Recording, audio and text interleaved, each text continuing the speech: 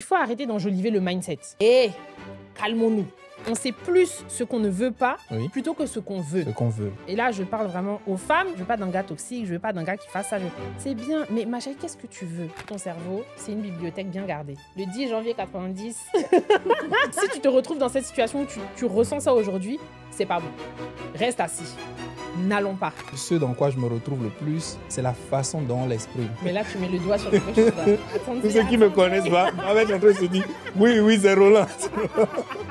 Entre moi, ce que je dis, ce que je veux dire, ce que je vais dire, ce que toi tu vas entendre, ce que toi tu veux comprendre, ce que toi tu vas comprendre, mais il s'est déjà passé trop de choses. Moi, j'ai beaucoup de clientes qui me disent, moi, je manque de confiance en moi. J'ai dit, ok, bon, raconte-moi. Je peux te ressortir 15, 20, 100 exemples qui prouvent que tu as confiance en toi. Ce dont les gens souffrent aujourd'hui, c'est souvent le manque de clarté. Il y a même ce que soi-même on s'est voulu pour soi et dont on ne s'est pas réservé le droit de changer d'avis. Parce que faire ça, c'est accepter le fait que tu t'es trompé. Et se dire ça, c'est totalement inconfortable. Ça veut dire que si tu t'es trompé sur ça, potentiellement tu t'es trompé sur autre chose. Mais tu veux pas l'admettre. Donc tu restes dans la situation dans laquelle tu es.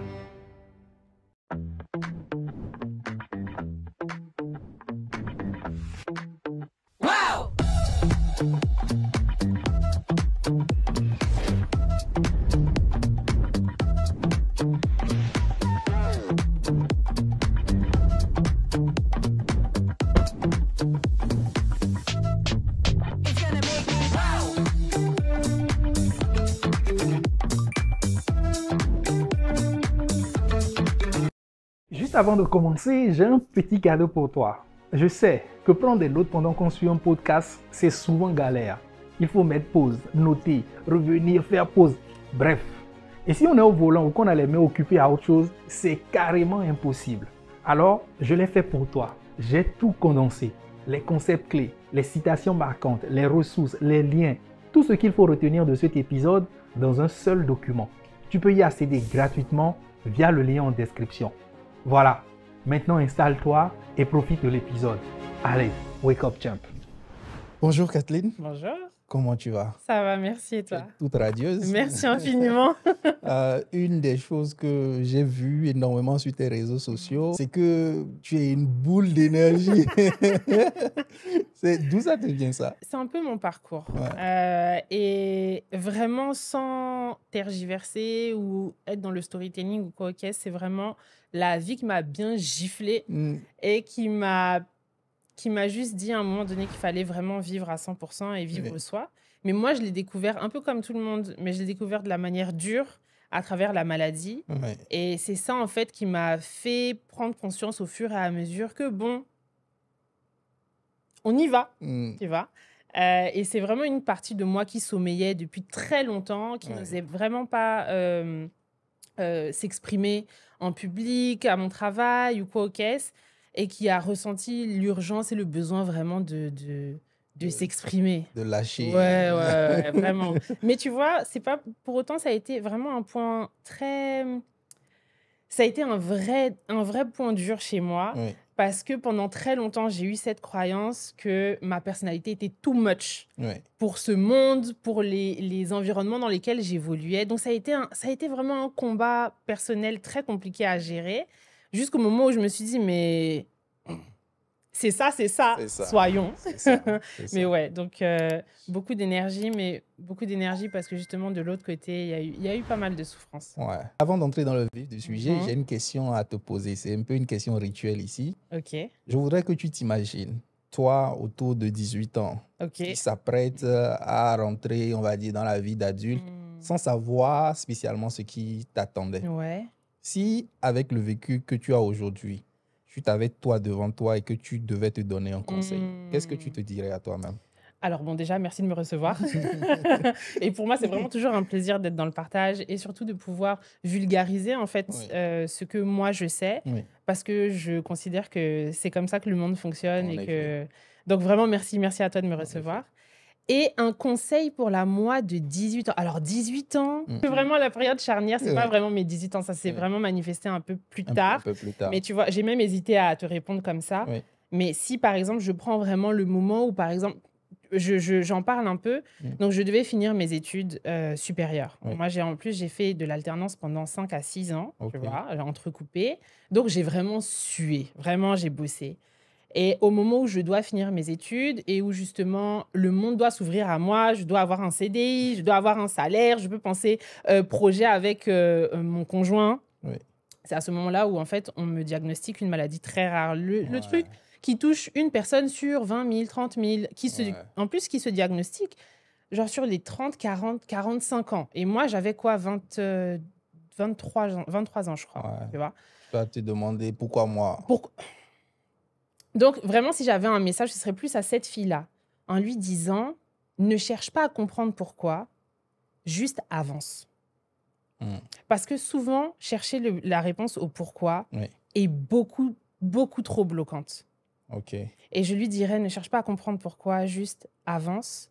Accroche-toi à ce qui te fait tenir, accroche-toi à la foi, accroche-toi à ce à quoi tu peux te retenir. Le pourquoi, en fait, tu auras la réponse plus tard. Ne cherche pas forcément le pourquoi à l'instant T parce que, en fait, ça te met trop de zones d'ombre devant toi.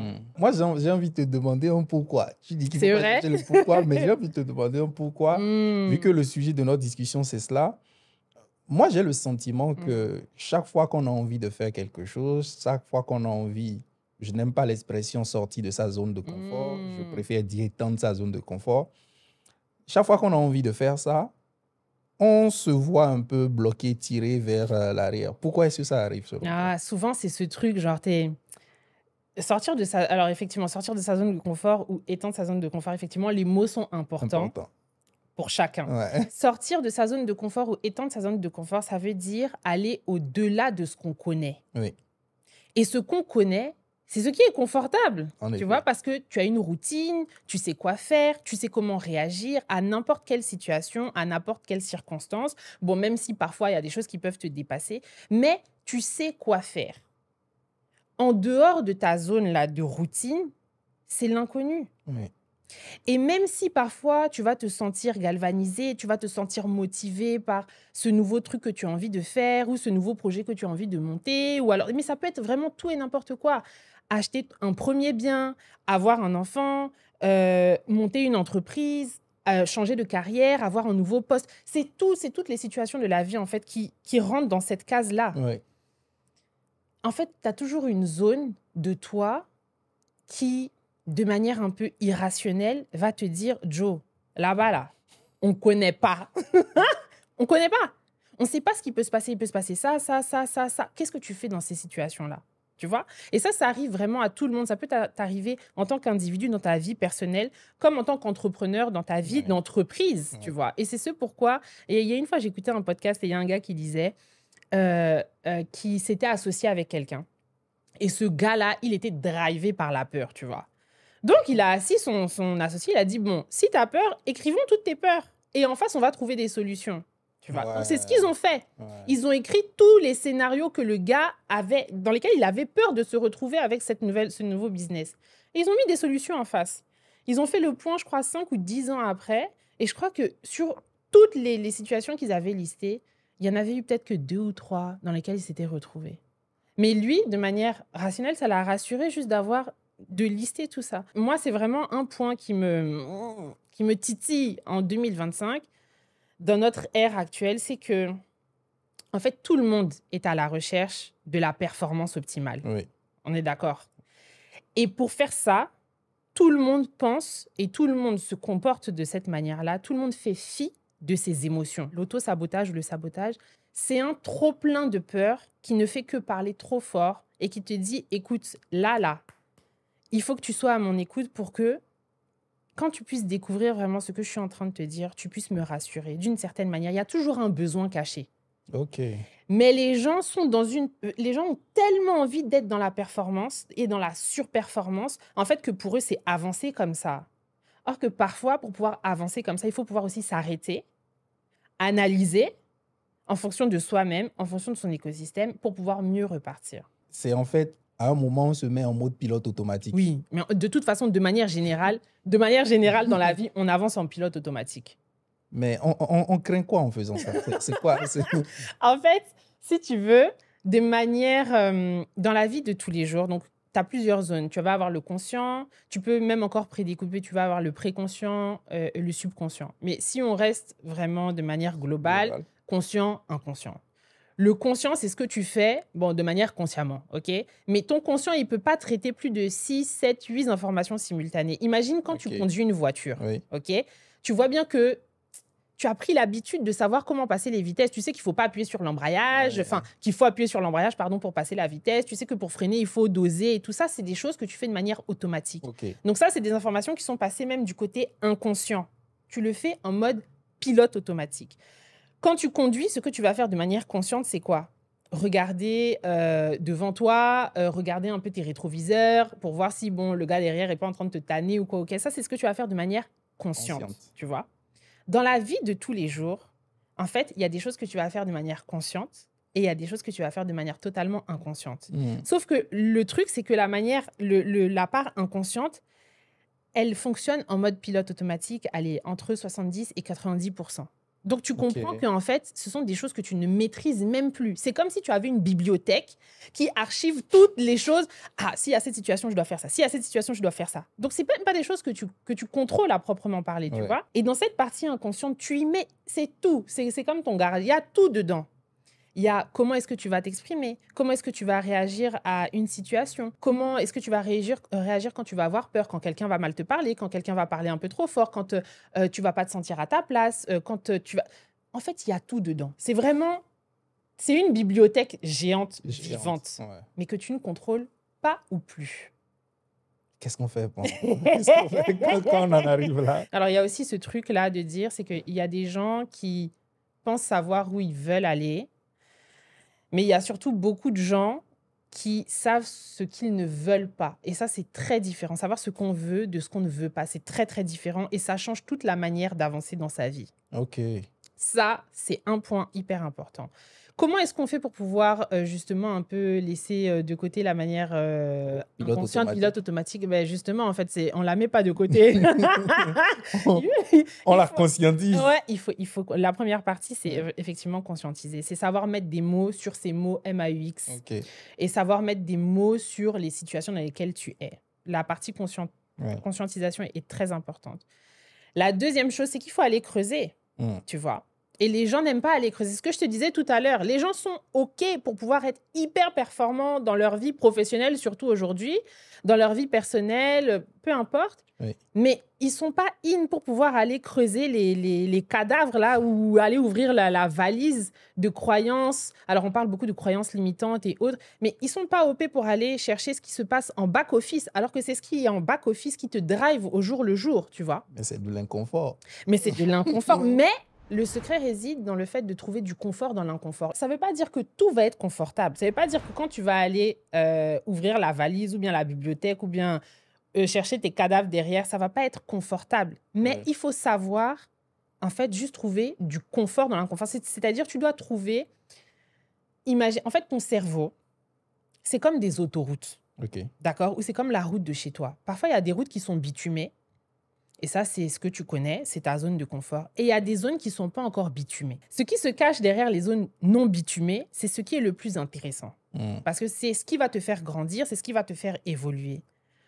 Or, les gens aiment le confort. Et c'est beaucoup plus confortable d'avancer dans un Yango, dans une voiture, sur une route bitumée, tu vois, que d'avancer sur une route non bitumée. Mais il faut être à même, si vraiment les gens veulent vraiment évoluer, il faut être à même de pouvoir savoir trouver du confort sur ces routes non bitumées pour pouvoir mieux avancer. Et ça, c'est vraiment dans tout. J'ai l'habitude de dire, et c'est à travers les épreuves de la vie, en tout cas mes épreuves personnelles, j'ai l'habitude de dire les épreuves sont des bénédictions déguisées. Mais pour pouvoir te dire ça et pouvoir en être convaincu, il faut que tu puisses créer... En fait, il faut créer une nouvelle route bitumée. Moi, j'ai créé une nouvelle route bitumée pour dire, bon, quand il y a une épreuve qui arrive... Joe, assis-toi, c'est pas grave, c'est très inconfortable, mais il y a quelque chose de bon qui arrive derrière. Je pense d'ailleurs que même si on le met de façon macro, toutes les révolutions ou bien toutes les inventions, tout ce qu'on a pu faire de positif, parfois même de négatif dans cette vie, vient du fait qu'à un moment ou à un autre, on a été challengé. C'est-à-dire que c'est parce qu'il y a eu un problème qu'on a trouvé une solution. C'est parce que, voilà, il y a eu la COVID-19, qu'à un moment... ça a élevé notre niveau collectif de résilience. Il y a eu de nouvelles façons de travailler qui ont émergé. Donc, on trouve des solutions à chaque fois qu'on est confronté à un problème. Donc, à un moment, j'aime beaucoup cette sagesse chinoise qui dit que quand il y a de l'obscurité, il vaut mieux allumer une chandelle que de la maudire. Mais ça, il faut en avoir la force. Hein. Mais en effet. Parce que tu vois, tu parles de la COVID-19. Oui. Mais en vrai, de vrai, ce qui s'est passé, c'est comme dans n'importe quelle situation, quand il t'arrive un truc, c'est soit tu passes en mode un peu victimisation, et ça, c'est beaucoup plus simple, tu vois, d'accuser les autres, ou bien de se dire, ah, c'était pas le bon moment, ou je savais que... Ou... C'est beaucoup plus simple de s'arrêter et de se lamenter sur soi. Et c'est pas une critique, hein, parce que ça demande beaucoup d'efforts et de pouvoir s'en sortir. Et tu vas avoir d'autres gens à côté qui vont se dire, bon, attends, ok, il s'est passé ça. Ok, c'est dramatique, c'est difficile. Qu'est-ce qu'on peut faire pour pouvoir transformer ce truc-là? Et c'est dans cette démarche-là que tu peux vraiment avancer, que tu peux vraiment grandir. Et tu vois, c'est tout cet aspect. Moi, par exemple, je me suis spécialisée en PNL, donc, qui est la programmation neurolinguistique, qui est une pratique trop peu connue en francophonie, mais qui vient d'outre-Atlantique. Et en fait, ce sont deux gars, un psychologue et un neuropsychologue, je crois, qui se sont arrêtés un jour. Ils ont dit, mais attends, il y a un truc. Il y a un truc parce que dans la vie, on dirait qu'il y a des gens pour qui tout leur réussit. C'est quoi? Il y a quoi? Tu vois? Non, mais vraiment, c'est la vérité. Ils se sont dit, mais attends, il y a des gens, on dirait tout leur réussit. Pourquoi? Et ils ont fait ce qu'on appelle la modélisation. La modélisation, c'est le fait de littéralement s'arrêter, regarder, analyser et en tirer des conclusions. Et c'est ce qu'ils ont fait. Au fur et à mesure, ils ont été rejoints par d'autres personnes aussi dans ce même milieu-là pour pouvoir créer un certain nombre de protocoles, un certain nombre de pratiques pour permettre aux gens justement de rentrer aussi dans cette performance optimale ou en tout cas... Définissent des patterns en fait. Voilà, tu vois. Et après, et c'est très connu outre-Atlantique aussi, parce que tout l'aspect de neurosciences appliquées a été aussi très, très, très vulgarisé pour être du coup accolé aussi au business. On parle maintenant de neuromarketing. En fait, quand tu comprends les neurosciences même, tu comprends juste comment l'humain fonctionne. Donc, tu as même de pouvoir en fait l'appliquer dans tout dans ta vie. Non, c'est vrai. Tu sais comment lui parler, tu sais quel message pousser, tu sais à peu près analyser les personnalités. Donc, c'est beaucoup plus simple. Parce que tu sais parler aux gens littéralement. Pas leur parler, mais tu sais parler. Savoir sur quel levier appuyer. Exactement. Et il n'y a pas beaucoup de choses. C'est très vaste, mais il n'y a pas besoin de savoir beaucoup de choses. Juste le strict nécessaire. On va creuser ça. Mais tout à l'heure, tu disais que parfois, on sait ce qu'on veut, mais on ne sait pas identifier ce qu'on ne veut pas. Alors, non, c'est plutôt l'inverse. Parfois, on sait plus ce qu'on ne veut pas plutôt que ce qu'on veut. Ce qu'on veut, d'accord. Exemple basique. Tu sais que tu ne veux pas habiter dans un 2 pièces, tu ne veux pas habiter dans un immeuble comme ci ou comme ça, dans une rue comme ci ou comme ça. Tu sais que tu ne veux pas avoir tel poste, tu sais que tu ne veux pas être pauvre. C'est bien. C'est bien. Mais on va où? Tu ne veux pas habiter dans tel ou tel logement, d'accord, mais tu veux habiter dans quoi? C'est très... je l'explique de manière très simple, mais tu peux vraiment l'approprier à tout. Tu veux habiter dans quoi? Une villa, un penthouse? Au dernier étage, premier rez-de-chaussée, une chambre, 2 chambres, 3 chambres. C'est quoi les spécificités? C'est quoi les détails? Il faut pousser juste à ce niveau. Il faut pousser. Tu ne peux pas juste dire « je ne veux pas ça ». Il faut que tu saches où est-ce que tu veux. Tu ne veux pas être pauvre, mais tu veux être quoi? Tu veux être riche, mais riche, c'est quoi? C'est quoi pour toi? D'accord. Est-ce que c'est juste être confortable et avoir le strict nécessaire pour vivre dans ta vie de tous les jours? Est-ce que c'est avoir des millions? Est-ce que c'est avoir une maison avec une piscine? En fait, qu'est-ce que tu veux? Et il y a très peu de gens qui savent dire ce qu'ils veulent. C'est comme, par exemple, et là, je parle vraiment aux femmes, je veux un gars. Tu veux un gars, mais tu veux quoi? Route pour le mariage, tu veux juste être là, tu veux des enfants, tu veux... Qu'est-ce que tu veux? Et il y a beaucoup de gens qui disent, ah, moi, je veux pas d'un gars toxique, je veux pas d'un gars qui fasse ça. C'est bien, mais ma chérie, qu'est-ce que tu veux? D'accord. Pareil dans ton business. Qu'est-ce que tu veux? Tu veux l'amener où? En fait, il faut avoir un GPS. Le cerveau, il fonctionne comme ça. Si tu veux vraiment avancer, il faut que tu aies un GPS. Parce que à partir du moment où... En fait, il y a comment ça s'appelle? Il y a une zone... c'est pas une zone, mais bon, il y a quelque chose dans ton cerveau qui s'appelle le système réticulaire activateur. Je crois que c'est ça. Le SRA. À partir du moment où tu lui dis que quelque chose est important pour toi, en fait, il va tout faire. Ton cerveau, en fait, va tout faire pour pouvoir scanner les situations dans lesquelles tu vas te retrouver et te mettre au devant de toi, justement, ces choses-là. Tu vois, c'est pour ça, parfois, et j'en parlais même avec Tony, parfois, tu dis, ah, moi, j'ai trop envie d'avoir une voiture rouge. OK? Comme par hasard. Comme par hasard. Les voitures de la circulation sont rouges. Toutes les voitures que tu vas avoir, c'est des rouges. Oh, et tu vas prendre ça pour un signe. Tu vas dire, j'ai vu la voiture, je sais qu'il me faut vraiment une voiture rouge, tu vois. Moi, je me souviens que ça marchait. Une fois, ça m'avait fait ça aussi par rapport aux coupes de cheveux. Ça marche pour tout même, tu vois. Donc, il faut vraiment avancer avec avancer avec qu'est-ce que vous voulez? C'est quoi? On va où? Et pourquoi on parle d'auto-sabotage? C'est qu'il y a des parts de nos fonctions neurologiques, parce qu'encore une fois, la fonction principale de ton cerveau, c'est uniquement te garder en sécurité. Donc forcément, lui, ce qu'il veut, c'est... Lui, c'est la sécurité avant tout. C'est ton garde du corps. Lui, il cherche à ce que tu restes là où tu es parce que tu connais. Il y a des routines qui sont bien établies. Pourquoi est-ce qu'on va sortir de ça? On connaît, c'est très confortable. Tu vois ce que je veux dire? Ouais. Sauf que toi, tu as envie d'aller ailleurs, en fait. Tu as envie d'aller ailleurs parce que dans tes idéaux, effectivement, tu veux être riche ou bien tu veux toucher, je ne sais pas, 5 000, 10 000 euros par mois ou alors, peu importe. En tout cas, tu veux aller au-delà de ce que tu connais. Oui. D'accord? Oui. N'oublions pas ce qu'on a dit tout à l'heure. Oui. On est drivé par l'inconscient. L'inconscient, notre pilote automatique. Donc, si tu ne lui donnes pas des instructions qui sont claires, il va toujours te ramener à ce que tu connais. Et parfois, tu vois, c'est ce qui va te pousser à être dans des situations et des ressentis, des états internes de tu rumines, tu es frustré, tu es parfois même en colère parce que tu as l'impression que tu patauges, tu n'avances pas. C'est simplement parce que, en fait, là où tu veux aller, comme c'est l'inconnu, c'est une peur, même si elle est un peu irrationnelle, c'est une peur. Et ton cerveau ne fait pas la différence entre une peur anticipée, une peur réelle. Okay. Il ne fait pas la différence avec ça. Une peur, c'est une peur. Ressenti comme tel. Non, une peur, c'est une peur. Une peur, c'est une peur. Et donc, quand tu dis qu'il est là pour te protéger, justement, il crée les blocages. Exactement. Pour que ça n'arrive pas. Exactement. Et donc, du coup, parfois, tu vas avoir l'impression de faire 10 pas en arrière et tu vas dire, mais j'avance pas, je comprends pas.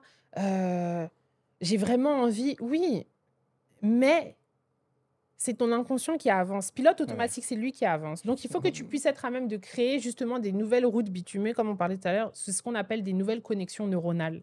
Ouais. Tu dois créer des nouveaux chemins. Mais pour pouvoir créer des nouveaux chemins, tu dois savoir exactement là où tu veux aller. Sinon, ton cerveau, il va avancer comme un Yango. Tu vas lui dire, tu as mis la route dans le GPS. Il sait où tu dois aller. Parfois même, il t'appelle avant et dit, on va où? Tu es en chemin, il y a le GPS. Il va te dire, madame, c'est ici, ou monsieur, c'est ici. Mais il a le GPS. Parce que lui, ce qu'il cherche, c'est la sécurité avant tout. Ouais. Donc, tu dois être à même... C'est pour ça que le why et ta destination finale doit être hyper claire. Mais elle doit être hyper claire à différentes échelles. En fait, pour pouvoir avancer concrètement, il faut que tu sois connecté sur 3 niveaux. OK. Premier niveau, le niveau cognitif. Donc, c'est tout ce qui est schéma de pensée, tes croyances. Ça, c'est tout ce qui va régir justement le niveau cognitif. Okay. Donc, alignement cognitif, alignement émotionnel. Donc, c'est tout ce qui va être ton état interne. Il faut que tu sois en paix avec ce que tu fais. Il faut que tu sois sûr que ça te drive. Il faut aussi que tu aies fait la paix avec tes démons. Tes démons. Et tes démons sont reliés à ta fonction cognitive puisque c'est relié à tout ce qui va être pensée, croyance limitante. Et le 3e volet, ça va être comportemental. Il faut que dans tes actions, en fait, ce soit très clair. S'il y a un des 3 volets qui manque, il y a de très fortes chances, à 90%, qu'à un moment donné, et même pas qu'à un moment donné, mais que tu flanches. C'est un trépied, quoi. C'est un pied exactement. Et le pilier de ça, c'est vraiment le volet pensée. C'est vraiment le volet croyance. Parce que tu vas te rendre compte qu'il y a des gens qui sont hyper drivés, qui ont envie de s'en sortir, d'atteindre un autre niveau ou quoi aux caisses. Et parfois, ils vont se retrouver... Tu vois, il y a beaucoup de gens qui disent « Ah, je passe par des ups and downs. » Et parfois, le down, là, il prend vraiment beaucoup plus le pied, même, il prend beaucoup plus le pas que sur les ups. Ouais. Et en fait, quand tu leur dis « Fais attention », qu'est-ce qui t'a amené à ça? Quand tu prends le temps, et il faut prendre le temps dérouler un peu ce qui s'est passé, tu te rends compte qu'en fait, c'est parce que potentiellement, il y a une petite pensée qui est passée par là. Ah, je me suis retrouvée dans telle situation, qu'est-ce que ça a reflété chez moi? Peut-être que je me suis sentie pas assez, j'aurais pu être mieux. Et c'est pas forcément des... Ouais, les gens ont l'impression, quand tu leur dis oui, qu'il faut faire attention à vos pensées, il faut faire attention à ses croyances limitantes, les gens ont l'impression que ce sont des gros trucs, mais c'est des choses qui sont parfois très, très insidieuses. Justement, j'ai envie que tu me dises, c'est quoi le genre de choses, c'est quoi le genre de signaux qu'on peut avoir? C'est très... Alors, fais attention déjà à ton état. Souvent, les gens s'en rendent compte à leur état interne. Les états internes, c'est ton ressenti. OK. J'ai l'impression qu'il y a un truc qui bloque, je me sens pas très bien, je suis en train de ruminer ou quoi au caisse. C'est forcément qu'il y a une petite pensée qui s'est implantée ici et qui t'a dit... Parce que le schéma est tel que à chaque pensée ou à chaque croyance, peu importe, va entraîner du coup une émotion. Qu'elle soit plaisante ou déplaisante, peu importe. Et on donnera des exemples après. Donc, pensée, émotion, qui va engendrer ensuite un micro-comportement, donc la manière dont tu vas réagir, c'est ça? Donc, tu vas réagir, tu vas te comporter, qui va entraîner un résultat. Et ça, c'est vraiment... Si vraiment il y a un truc duquel il faut sortir avec ce podcast-là, c'est vraiment ça. Pensée, état interne, pensée, émotion, comportement, résultat. Et ça, tu peux le prendre aussi bien pour les côtés pour les situations positives comme pour les situations un peu moins plaisantes. Oui. Exemple. Ce matin, je me suis levée et vraiment, je me suis dit, on va tout péter, on va tout casser. Peu importe, tu peux aller à un entretien ou quoi au caisse et tu te mets vraiment genre, tu te dis, tu vois. Tu te dis que ça va aller, que tu vas tout gérer. Forcément, si tu te dis ça, tu vas associer un ressenti qui va être... Ça va te galvaniser, tu vois ce que je veux dire? Voilà, peut-être même que tu vas mettre une musique pour pouvoir te sentir... Ça va entraîner quoi? Un comportement. C'est-à-dire que quand tu vas aller justement à ton entretien, tu vas être dans une meilleure disposition, OK? Et le résultat va être que la performance que tu vas donner va être bonne.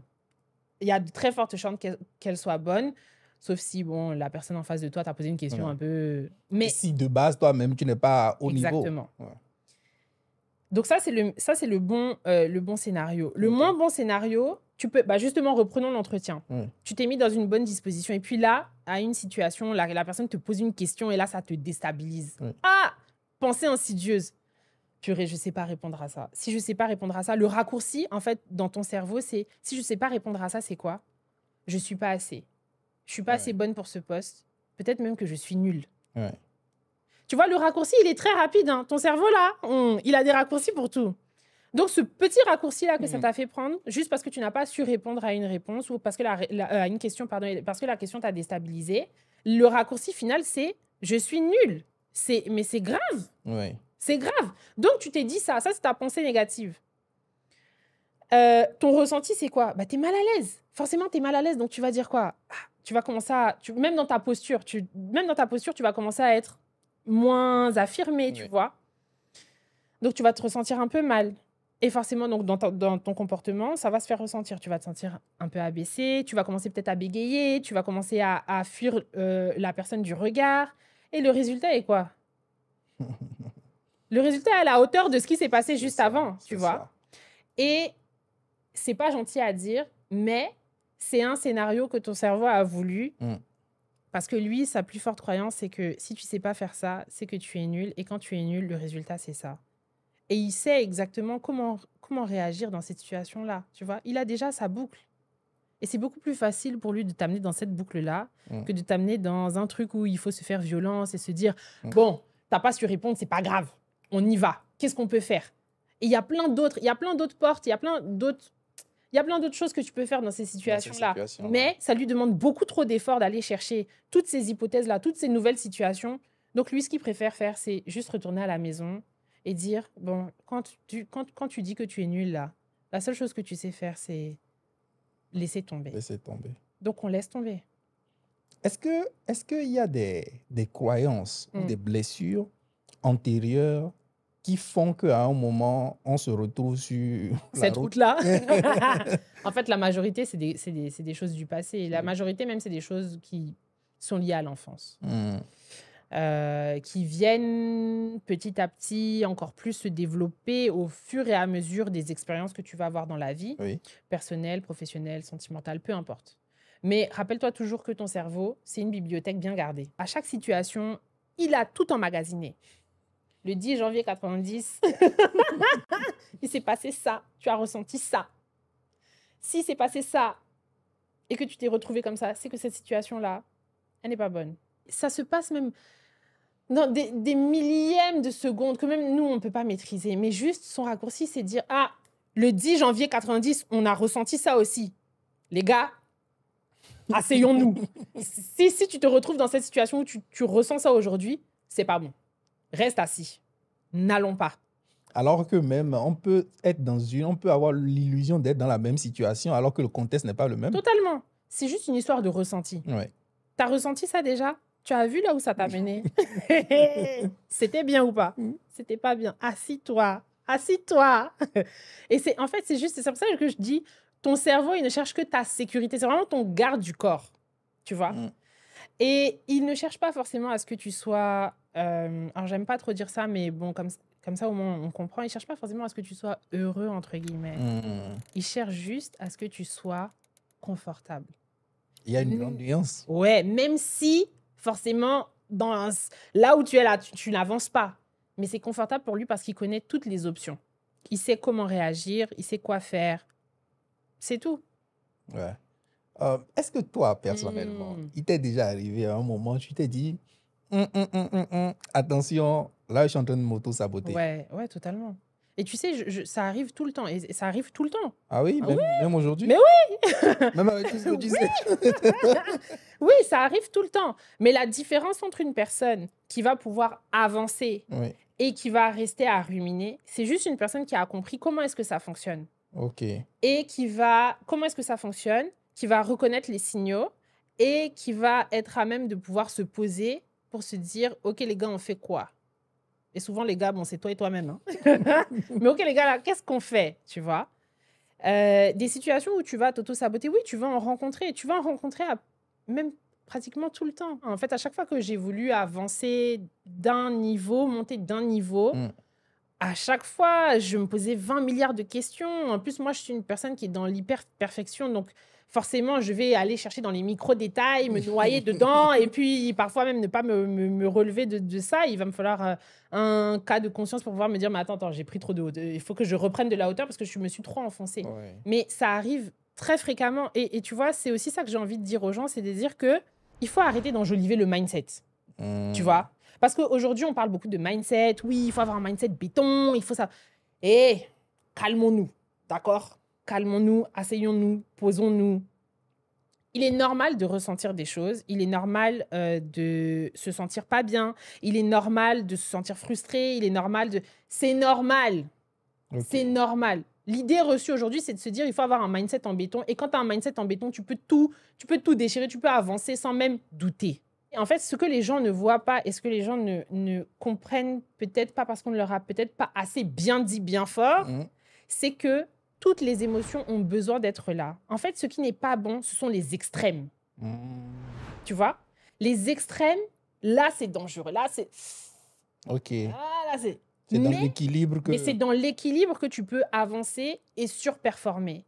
Derrière chaque doute, chaque peur, chaque frustration, chaque colère, chaque quoi, il y a toujours quelque chose que tu dois aller chercher. Et les gens n'ont pas cette habitude d'aller chercher ce truc derrière. Il y a toujours un besoin caché. Tu es en colère contre quelqu'un, ok, pour une situation X ou Y. Ça peut être n'importe qui, ton pote, ton conjoint, ta conjointe, ton chef ou quoi, ok. Si tu es en colère, c'est quoi le besoin derrière? Si tu es en colère, c'est qu'il te manque quelque chose. Il faut que tu sois à même de pouvoir écouter ça. Tu manques quoi? De structure, de cadre? Tu aurais voulu avoir quoi? Il faut que tu puisses mettre des mots derrière. Parfois, tu vas te sentir frustré. La frustration derrière, pourquoi tu es frustré? En fait, les gens ne se posent plus la question du pourquoi. Ils veulent tellement avancer pour avancer qu'ils ne veulent plus s'arrêter. Parce que pour eux, s'arrêter, ça veut dire que... Moi, ce que je retiens dans ce que tu dis, c'est que oui, parfois, quand on s'auto-sabote, j'y arrive.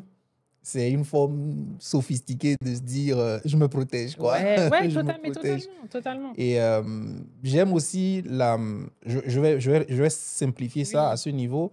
Tu parlais un peu de la complémentarité de toutes les émotions.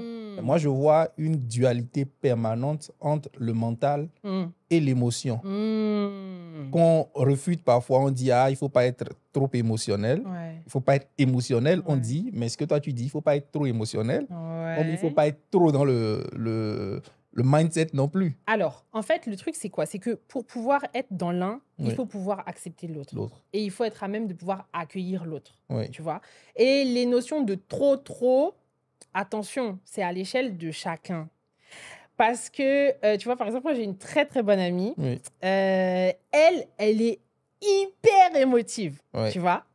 Mais tous les jours, si je l'appelle, elle va me dire non, il faut que je sois moins sensible, il faut que je sois moins trop, moi c'est trop, à chaque situation je vais pleurer, à chaque machin.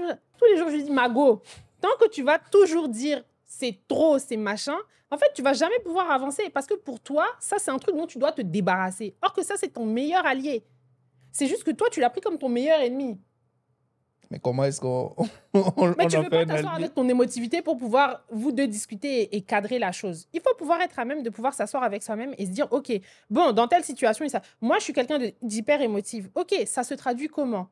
Dans les joies, comme dans les peurs, comme dans les peines, je pleure. Mais le trop, c'est par rapport à quoi? C'est par rapport à quoi? À la société? Parce qu'on nous a dit qu'il fallait pas être trop ci, trop ça, trop expressif, pas trop rigoler trop fort, pas trop parler fort, pour rentrer dans quoi? Dans le moule? Mais il faut s'asseoir avec soi-même. C'est de la responsabilité de chacun de pouvoir se comprendre et de ne pas se conformer dans le moule. Tu es un triangle, tu ne vas pas rentrer dans un cercle.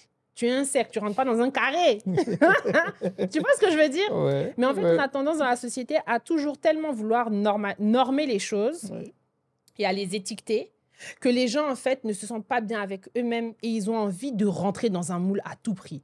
Et quand tu veux rentrer dans le moule, c'est comme cela que tu te rends compte que le triangle ne rentre pas dans le cercle. Donc, tout ce qui va dépasser du cercle, tu vas dire que c'est trop. Or que c'est toi.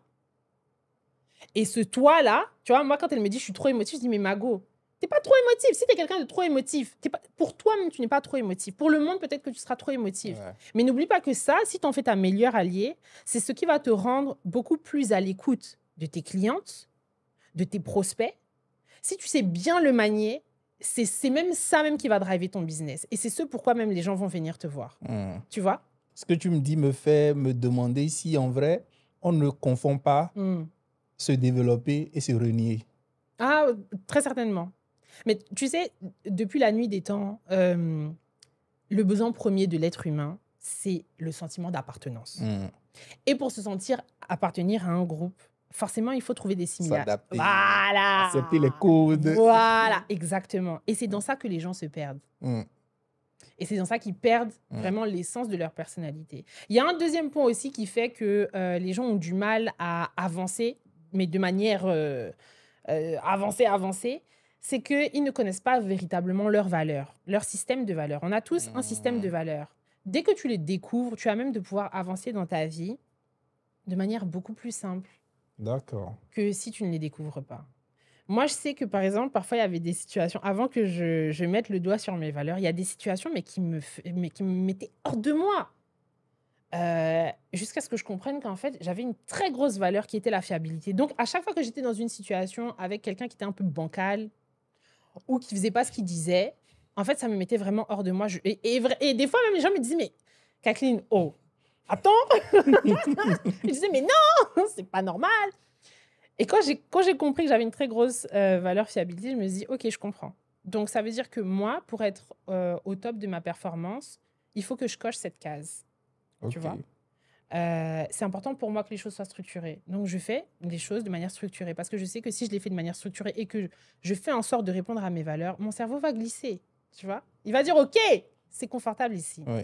Tu vois? Et comment, quand tu parles de ton interlocuteur ou celui avec qui tu dois travailler, qui n'est pas fiable et toi, ça te frustre, quand tu définis comme la fiabilité étant une de tes valeurs, comment, à partir de ce moment, tu collabores avec cette personne? Bon, déjà, à partir de ce que tu as dit tout à l'heure, tu as conscientisé, donc tu sais déjà. OK? Je sais que la personne en face de moi, elle n'est pas comme moi. Déjà, de base, elle n'est pas comme moi, mais elle ne répond pas à cette valeur-là qui est importante pour moi. Donc, j'ai 2 choix. N'oublions pas l'objectif commun, même si la personne en face de moi n'est pas comme moi, l'objectif commun, c'est qu'on avance. Donc, pour avancer, c'est quoi? Si moi, j'ai besoin d'un cadre, mais je pose le cadre. C'est de ma responsabilité de pouvoir faire aussi les choses, tu vois? Donc, je pose le cadre et je fais en sorte de pouvoir mettre un cadre qui nous fasse avancer vers cet objectif commun. Ma deuxième responsabilité, c'est aussi de verbaliser. Arrêtons de garder des choses pour nous, puis, s'il vous plaît. C'est de verbaliser. OK, tu as fait ça, moi, ça ne m'a pas plu. OK, moi, j'aime que les choses soient comme ça, comme ça, comme ça. On doit trouver un terrain d'entente. Qu'est-ce qu'on fait?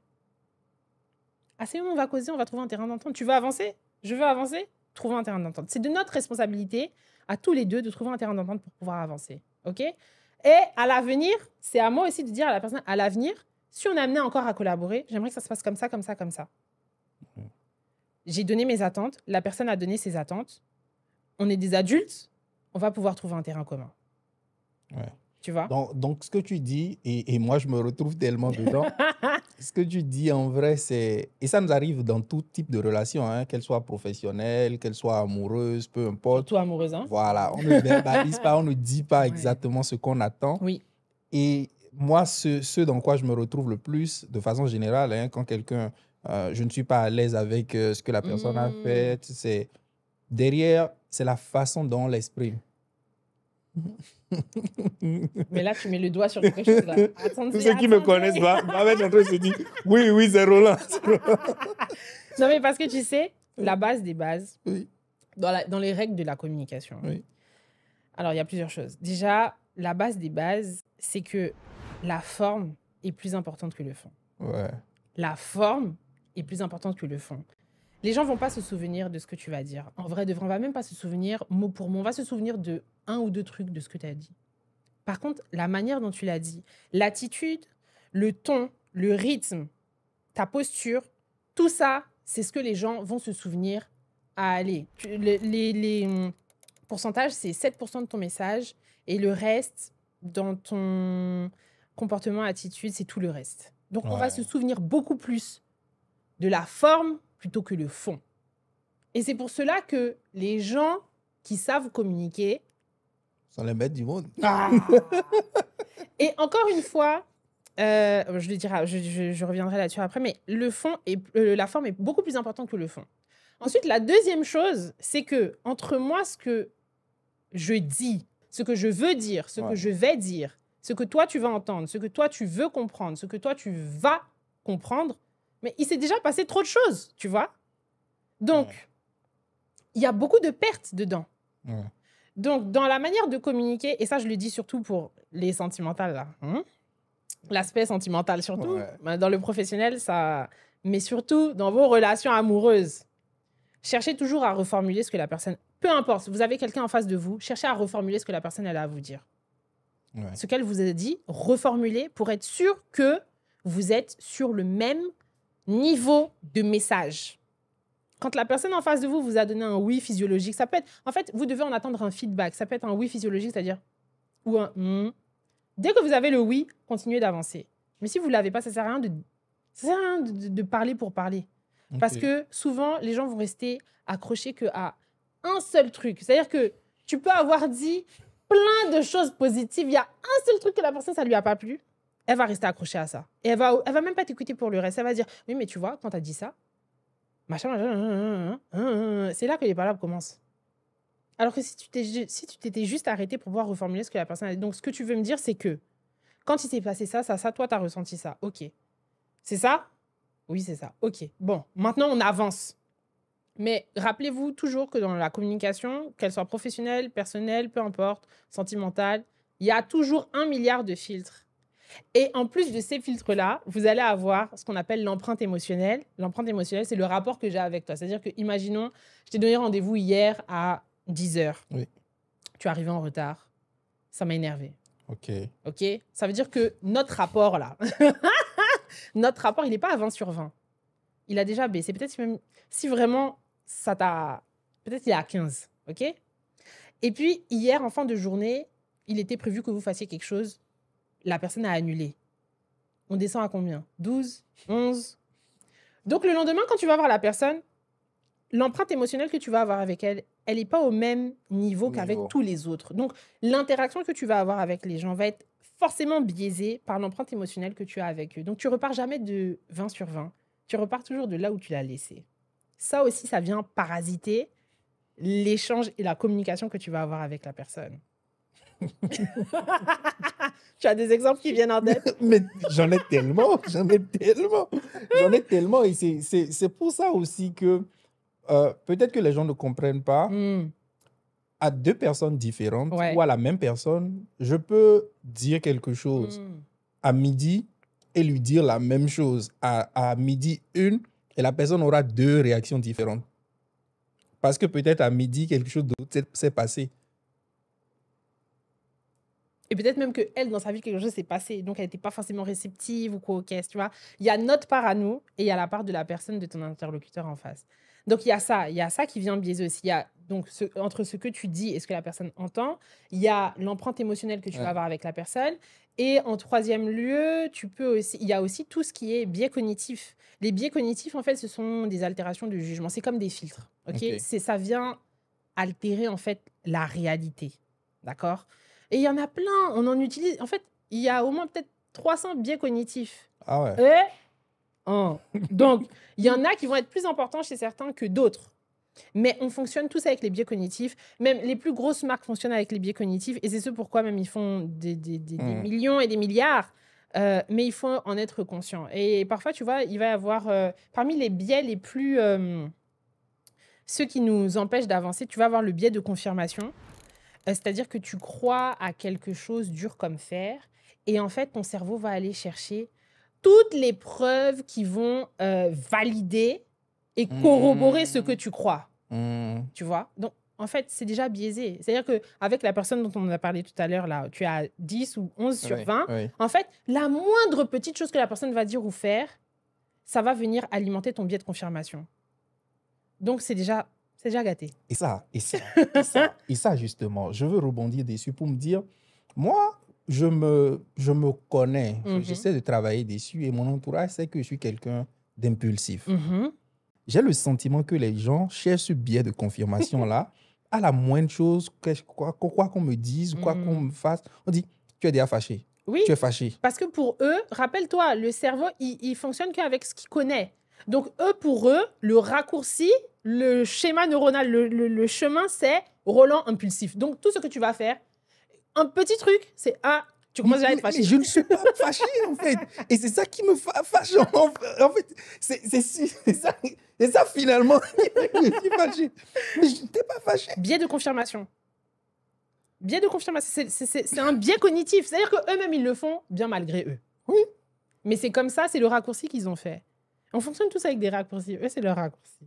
Oui, mais comment on en sort? Il faut leur parler. Tu leur parles, tu leur dis, les gars, je ne suis pas fâché. Si tu dis ça comme ça, c'est gâté parce que tu renforces le truc. Le cerveau, il est modifiable à souhait. D'accord? Ah oui? Mais oui, il est modifiable. Vous faites ce que vous voulez avec votre cerveau. À partir du moment où vous avez compris comment votre cerveau fonctionne, tu fais ce que tu veux avec ton cerveau. C'est ce qu'on va appeler la neuroplasticité. OK. Tu fais ce que tu veux avec ton cerveau.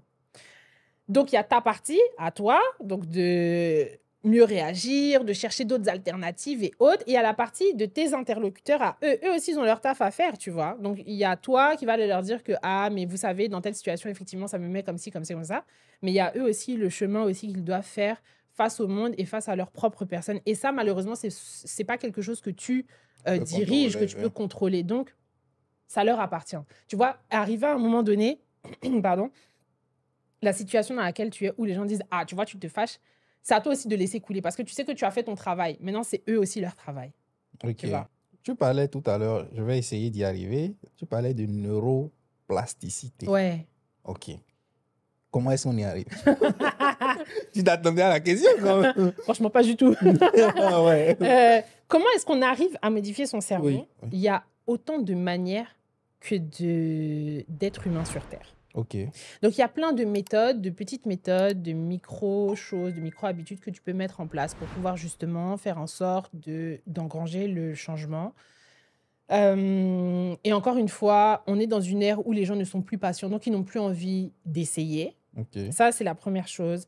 Et là, donc, ils ne prennent plus le temps d'essayer. Et la deuxième chose, c'est que beaucoup de gens partent avec des a priori. Ils vont dire, non, ça va pas fonctionner. Je me connais, ça va pas fonctionner. Tu n'as même pas essayé, mon cher. Et le cerveau renforce ça. Et finalement, ça ne marche pas. Voilà, tu vois, biais de confirmation. Donc, et biais aussi, il y a un autre biais, c'est le biais de statu quo. Biais de statu quo, c'est tu préfères rester là où tu es plutôt que d'engranger un changement. Par exemple, tu vois, il y a beaucoup de gens qui vont dire, oh, franchement, ils vont se plaindre de leur travail. Oh, franchement, ça va pas. Mon boss m'embête. Mes collègues, ça va pas. Non. Biais de statu quo. Mais tu vas rester là. Tous les jours, tu vas te plaindre. Mais tu vas jamais mettre en place quelque chose pour pouvoir changer ta situation.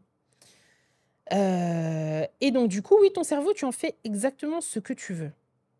Mais il y a un truc qui régit vraiment la société dans laquelle on est aujourd'hui. Et parce que beaucoup de gens sont en situation de stress chronique, et parce qu'ils sont en situation de stress chronique, en fait, ils sont plus... En fait, leur système nerveux est totalement dérégulé. Okay. Il n'est plus à même de pouvoir trouver des solutions aux situations dans lesquelles ils sont, parce que justement, ils sont toujours en mode... Tu vois, ils sont toujours en mode stress. Le cerveau en fait, ne connaît plus autre chose. On a été créé ici pour pouvoir être dans un mode de sérénité, de paix, pour pouvoir avancer, pour pouvoir être... Mais en fait, le rapport, c'est totalement déséquilibré. Alors qu'on devait être comme ça, on est comme ça, et c'est le stress, c'est des situations d'urgence. En fait, ton cerveau est toujours stimulé. Tu sais, tout à l'heure, je te disais, le cerveau ne fait pas la différence entre les peurs, les vraies peurs, les peurs réelles. Oui. Peur réelle, ça va être, je rencontre un lion dans la rue. Ça, c'est une vraie peur. On est d'accord? Qu'est-ce que tu fais? Alors, tu rencontres un vrai lion dans la rue. Ça, c'est une vraie peur. Tu fais quoi? Généralement, c'est fight, flight, freeze or fawn. Donc, fight. Avec le lion. Flight, tu t'en vas. Freeze, tu es complètement tétanisé. Et fawn, tu vas essayer de t'adapter. Ah, le lion. Ah oui. Tu t'adaptes à la situation. Oui. Mais ce n'est pas quelque chose qui te convient en vrai. En effet. Donc, ton cerveau, il ne fait pas la réalité. Il ne fait pas la différence entre j'ai rencontré un lion dans la rue et je dois absolument m'en sortir et je dois, par exemple, parler devant 10 personnes en réunion. C'est la même peur. C'est le même niveau de peur pour lui, tu vois. Ou alors, je dois... peu importe la situation, quelque chose même qui te donne un peu d'anxiété ou qui te fait un peu stresser. C'est la même chose pour lui. Et justement, parce qu'on est dans ce truc d'être déréglé, on devrait pas être comme ça. En fait, les situations de stress, ça devrait être minime dans nos vies, tu vois. Parce que quand tu es en situation de stress, c'est tout ton corps, en fait, qui réagit. Ton rythme cardiaque va s'accélérer, la circulation de ton sang également. En fait, ton corps est toujours en suralerte, alors qu'il n'est pas fait pour ça. Et comme il est toujours en suralerte, il ne sait même plus c'est quoi être tranquille, tu vois. Donc, s'il ne sait plus c'est quoi être tranquille, il n'est plus à même de pouvoir trouver des solutions. Il y a aussi quelque chose qui nous arrive souvent, c'est qu'on aime se documenter. On aime lire, on aime apprendre sur les sujets, on aime regarder des vidéos, acheter des formations. Et malgré tout ça, on n'avance pas. C'est-à-dire, on ne passe pas à l'action. Ah, ok. Moi, j'ai l'habitude de dire, asseyons-nous. Comment est-ce que tu peux transformer ce que tu viens d'apprendre dans ton quotidien?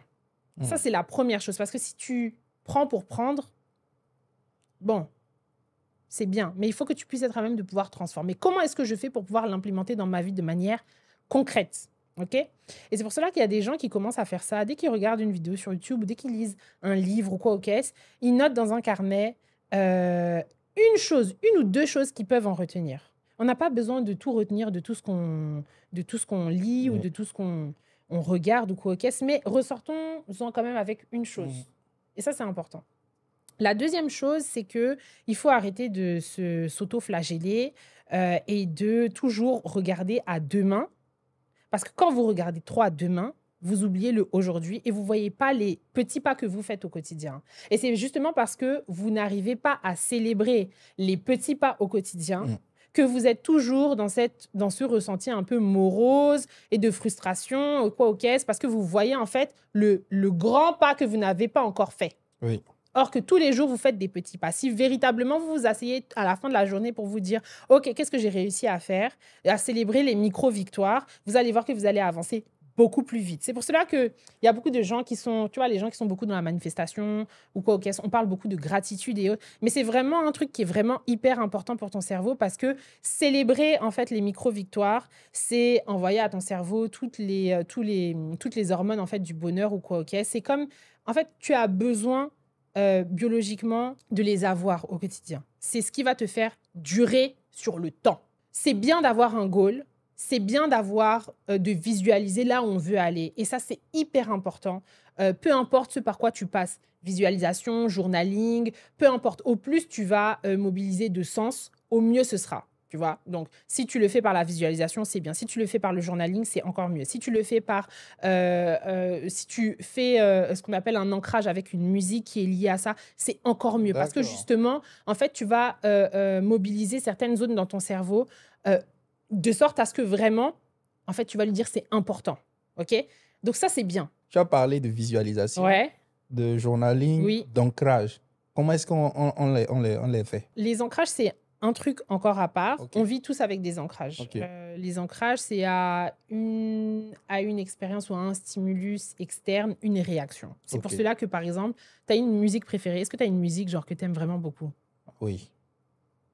Tu veux partager avec moi? On va pas te dire de chanter, mais c'est quoi? Bon, d'accord, je suis rassuré. je suis rassuré. C'est pas une musique spécialement, mais à chaque fois que moi j'écoute du Assa, par exemple, la nigériane, je peux être en transe. Voilà, ça c'est un ancrage. Ton cerveau, il a fait un raccourci. N'oubliez jamais, le cerveau ne fait que des raccourcis. Donc, dès que tu entends Assa, tu es dans un état interne qui te transcende. Ça, c'est pour tout. Pareil que, par exemple, vous voyez, quand chez nous, on met souvent des cadres de photos. Je sais pas, par exemple, c'est ta maman avec ton enfant ou quoi. Si quelqu'un vient déchirer la photo, tu vas rentrer dans une colère noire. Parce que, en fait, ton cerveau a fait un raccourci. Ça, c'est sentimental. Si on touche à ça, c'est pas bon. Donc, on vit tous avec des ancrages. Maintenant, on peut créer de nouveaux ancrages. Et ça, tu vois, il y a des gens qui sont remplis d'ancrages et c'est souvent les sportifs de haut niveau. Les sportifs de haut niveau, ils sont remplis d'ancrage, c'est-à-dire qu'à chaque geste, à chaque situation, avant de rentrer dans un match ou quoi au caisse, ils vont activer ces ancrages. Donc, tu peux faire des ancrages avec des, des mouvements, des gestes bien précis, de telle sorte... En fait, c'est un petit exercice qu'on fait faire. Exemple, tu veux demain être beaucoup plus déterminé ou beaucoup plus joyeux ou quoi au caisse. OK, pas de souci. On va aller rechercher dans ta bibliothèque, là, un moment où justement tu as expérimenté ce truc-là, d'être plus déterminé ou plus joyeux. Et avec un protocole assez simple, on va l'associer à un geste. Donc, si c'est ce geste-là, à chaque fois que tu vas faire ce geste-là, en fait, ton cerveau va faire un raccourci. Ça veut dire joie. Ça veut dire détermination. Donc, tu peux l'activer à n'importe quel moment. Tu as un entretien, tu as un pitch deck à faire, peu importe, tu fais ça, ton cerveau va faire le raccourci, tu vas te ressentir automatiquement comme ça. D'accord. Les sportifs sont remplis d'ancrage. Tu regarderas, par exemple, là, il y a pas si longtemps que ça, Teddy Riner a fait une interview où il disait que, oui, il y a ses performances physiques, mais il n'aurait jamais pu atteindre le niveau auquel il est s'il n'avait pas eu de préparateur mental, s'il n'avait pas fait justement tout ce travail mental-là. Et c'est hyper important. Eux tous travaillent avec ça. Il y a un truc que très peu de gens connaissent, c'est qu'il y a différentes ondes que tu peux activer dans ton cerveau pour pouvoir atteindre différents niveaux. Tu vas avoir, tu en as 5 au total, tu vas avoir les ondes bêta, alpha, theta, gamma, et je crois que la dernière, c'est la delta. La première, la bêta, c'est celle normalement, je dis bien normalement, c'est celle normalement qu'on devrait activer quand on veut être concentré, quand tu es au travail ou quoi aux caisses. Le problème, c'est que, comme je t'ai dit tout à l'heure, celle-là, elle est complètement déréglée parce qu'en fait, tout ce qui est dans cette zone-là est associé à un peu du dérèglement. Parce que justement, on est allé à l'extrême. Tu vois, tout à l'heure, on parlait d'équilibre, on est allé à l'extrême. Là où, par exemple, un peu d'adrénaline, ça te fait un peu te shooter pour pouvoir avancer plus rapidement, et bien en fait, l'adrénaline, on a explosé le taux d'adrénaline et on est maintenant dans un stress qui est chronique. Et c'est pour cela qu'on parle de stress chronique. Le stress en soi n'est pas mauvais. Parce que ça te permet de te galvaniser, de rentrer dans un état tel que tu vas te mobiliser pour pouvoir atteindre certains objectifs. Mais aujourd'hui, on est sous perpétuel et continu. C'est ça, et c'est ça la problématique. Tu vas avoir la alpha notamment qui est très bien pour tout ce qui est visualisation. Michael Jordan en parle beaucoup. Je crois même qu'il en a parlé même dans son livre. Mais c'est des ondes qui sont allées mobiliser justement pour pouvoir rentrer dans ces états-là, et ils vont y associer justement de la visualisation, donc là où ils veulent être. Et c'est hyper important, et tu peux le faire à travers le journaling. Tu peux écouter ce qu'on va appeler des musiques binaurales. Ce sont des musiques avec des rythmes particuliers. Souvent, c'est des musiques douces. Mais en fait, tu penses que c'est juste une musique douce, mais il y a des tonalités en fait qui vont venir activer certaines zones de ton cerveau. Oui. Et quand tu le fais en phase de visualisation, en fait, tu vas te rendre compte que tu es plus en sérénité que... C'est pourquoi tu disais aussi que l'intérêt aussi, où on peut décupler en associant plusieurs... Exact, en associant plusieurs sens. Ouais. Exactement. Et c'est pour cela que, par exemple, quand tu vas écouter une musique bien particulière, comme tu l'as dit tout à l'heure, tu vas te retrouver dans un état. Eh ben, essaye de faire un vision board en mettant ça. Tu vas voir que tu vas atteindre des... Tu vas certainement faire ressortir des choses que tu n'avais pas ressorties avant. Je pense qu'on a... On a beaucoup parlé. Beaucoup à dire. Oui. Moi, j'apprends énormément. Je pense que là, ce que j'ai envie d'aborder, c'est le takeaway, en fait. Okay. Qu'est-ce qu'on fait? Imagine, je me réveille le matin et je me rends compte que, Roland, là, tu es en train de te perdre. Tu es en train de t'auto-saboter. Par quoi est-ce que je commence? OK. Bah déjà, qu'est-ce qui te fait dire que tu t'auto-sabotes? Forcément, il y a un truc qui te fait dire que tu t'auto-sabotes. Déjà, il faut mettre un peu les choses sur pause. Qu'est-ce qui te fait dire que tu t'auto-sabotes? Est-ce que c'est un ressenti? Et généralement, c'est toujours un ressenti. Parce qu'on ne fonctionne qu'avec les émotions. Okay? Il y a toujours la partie rationnelle, le néocortex, et il y a la partie un peu ressentir, émotionnelle, avec le cerveau limbique. Oui. Qu'est-ce que tu ressens qui te fait dire que, justement, tu te perds? Déjà, ça. Ensuite, se perdre, pour toi, ça veut dire quoi? Où est-ce que tu voulais aller à la base? Est-ce que c'est toujours important pour toi, oui ou non? Parce qu'il y a des choses qui changent entre-temps, mais parfois, on ne prend pas le temps de s'asseoir pour se dire « Ah, en fait, j'ai changé de cap, et ce cap-là, il est beaucoup plus important. » Et tu sais, il y a aussi le bruit de la société, le bruit de notre environnement. Amen. Ah et le bruit quand je dis le bruit de la société, ce n'est pas la société à grande échelle. Le bruit de notre environnement, pardon, ça peut être le bruit de ton ou ta conjointe, le bruit de ta famille, les croyances ou la norme de ta famille. Tu vois, ta famille t'attendait à un certain niveau, tu veux prendre une autre voie, mais tu as le cul entre deux chaises, tu ne sais pas trop quoi faire. C'est du bruit pour toi, tu vois, parce que ça te parasite. C'est toujours là, en back-office, à te dire, est-ce que je fais bien? Est-ce que je vais vraiment aller à l'encontre de ce qu'ils veulent? Parce que si je vais à l'encontre de ce qu'ils veulent, c'est quoi le raccourci? Peut-être qu'ils vont me rejeter. Et n'oublions pas que le souhait premier d'un individu, c'est d'appartenir à un groupe. Donc, ça va à l'encontre de beaucoup trop de choses. Est-ce que je vais tenir et la pression de ça? Donc, quels sont les bruits qui te font dire que là, ça ne va pas? Et ça, pour pouvoir le faire, il faut avoir une grande honnêteté et faire preuve d'une immense vulnérabilité envers soi-même. Pour pouvoir accepter le fait de se dire, moi, je veux aller là. Mon environnement veut peut-être que je sois là. Moi-même, peut-être même que j'ai envie d'aller là et c'est plus simple pour moi d'aller là, alors qu'en fait, au fond du fond, tu sais que c'est pas là où tu dois aller, tu vois. Et ça demande beaucoup de courage de se dire, déjà, ça demande beaucoup de courage de le reconnaître, et ça demande encore plus de courage de se dire, OK, on va y aller. Donc, il y a tout cet aspect-là, c'est un peu l'audit, tu vois, c'est un peu l'autodiagnostic à faire soit envers soi-même, mais qui est essentiel et par lequel tu peux pas ne pas le faire. Est-ce qu'il serait préférable de se faire accompagner à cette... Alors, tu peux te faire accompagner, tu peux faire une thérapie, tu peux te faire accompagner par un coach, que ce soit un coach de vie, tu peux te faire accompagner par des gens comme moi qui font de la PNL et des neurosciences. Tu peux te faire accompagner si tu sens qu'en fait, il y a trop de résistance en toi. OK.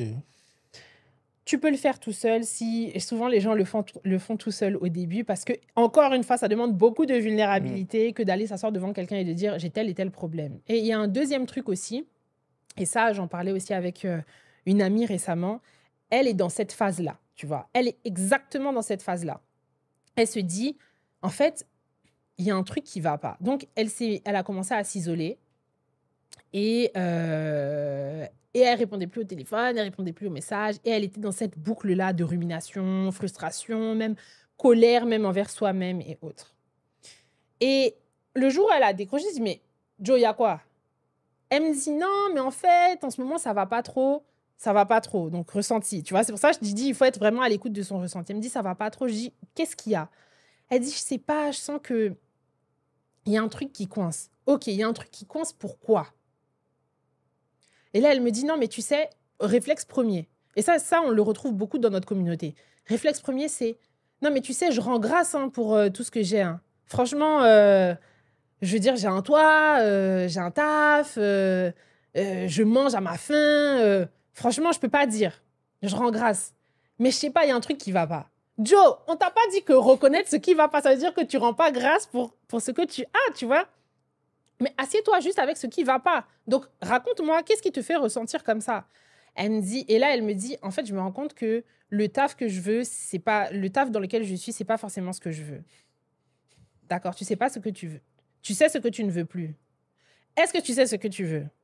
Elle me dit, ah, franchement, je sais pas. D'accord, donc tu n'as pas de GPS pour ça.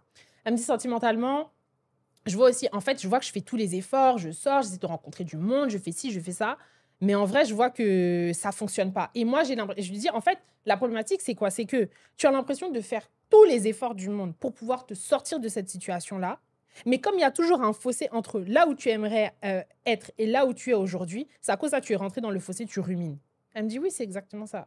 J'ai dit, oui, mais ça, c'est le problème de monsieur et madame tout le monde. Et ça, à différentes échelles. C'est juste que comme tu t'es isolé aujourd'hui et que tu ne fais que ruminer ça depuis maintenant 2 ou 3 semaines, mais en fait, tu es enfoncé au fond du trou et ça te semble encore plus difficile de t'en sortir. Mais il y a un point que les gens oublient, c'est que la proportion de ton ressenti, c'est-à-dire le mal-être que tu vas ressentir, que ce soit du stress, de la colère, de la frustration, la proportion de ça est équivalente à la proportion à laquelle tu voudrais t'en sortir. C'est-à-dire qu'elle se sent tellement mal d'être dans cette situation-là. Je dis, mais oui, mais en fait, si tu t'écoutes, si tu t'assois vraiment avec toi, tu te sens tellement mal, mais c'est parce que tu as tellement envie d'être de l'autre côté. Donc, tu as 2 solutions. Soit tu continues d'alimenter ce truc et tu peux rester là. En vrai, de vrai, tu vas continuer à me servir le même discours. Je rends grâce parce que je mange à ma faim, j'ai quand même un salaire, j'ai machin. Il n'y a pas de souci. Mais tu vas continuer à ressentir dans ton fort intérieur qu'il y a une dissonance, il y a une problématique, il y a un écart entre là où tu veux aller, là où tu voudrais être et là où tu es. Soit tu prends le taureau par les cornes, tu t'assois, tu identifies quels sont tes besoins cachés, ce dont je te parlais tout à l'heure. Pourquoi est-ce que c'est si important pour toi d'aller de l'autre côté? Déjà, fais ce travail-là. Ensuite, la deuxième étape, c'est mettre en place des micro-habitudes, des micro-changements. On ne te demande pas de faire le grand écart parce que ce serait trop difficile. À notre âge, on ne peut pas faire grand écart. Par contre, tous les jours, tu peux t'étirer un peu pour pouvoir atteindre ton grand écart. Donc, quelles sont les choses que tu peux mettre en place dès aujourd'hui, à petite échelle, pour pouvoir te rapprocher de là où tu veux aller? Et encore une fois, ce que je te disais tout à l'heure, pourquoi? Parce que le cerveau fonctionne avec justement les hormones du bonheur et autres. Les micro-habitudes vont engendrer en fait des micro-victoires qui vont engendrer justement cet état interne. On cherche toujours les états internes, ces états internes où tu vas être bien. Donc, cherche à te sentir bien. En chaque fin de journée, OK, qu'est-ce qui s'est passé? Qu'est-ce qui s'est passé de bien? Qu'est-ce qui s'est passé de moins bien? Qu'est-ce qui aurait pu être changé dans les situations de moins bien? Se regarder avec beaucoup de transparence, demande beaucoup de courage. Mais c'est ce qui fait avancer parce que ça te permet d'itérer. Et ça, que ce soit dans ta vie personnelle comme dans le business. On cherche l'itération. On t'a pas demandé de changer de carrière de tout au tout aujourd'hui si tu sais pas ce que tu fais. Par contre, qu'est-ce que ça te coûte d'aller toquer à la porte de quelqu'un, d'écrire un message sur LinkedIn à quelqu'un pour lui dire « Ah, aujourd'hui, ce que tu fais, ça semble être intéressant. Tu peux m'en parler. Tu vas créer de nouvelles connexions. La personne peut t'amener à A, X, Y, Z, t'amener à rencontrer d'autres personnes. Peut-être que même ça va t'amener à un niveau même que tu n'as pas imaginé. Mais si tu ne fais pas ce premier pas, tu peux pas aller en haut. Tu vois ? Tu peux pas y aller. Sun Tzu le disait, on ne conquiert pas le monde en y allant d'un coup. On y va village après village. Village après village. Village après village. Mais bon. Et après ça, il y a plein de méthodes. il y a des gens, ils vont pouvoir retrouver et se re-réguler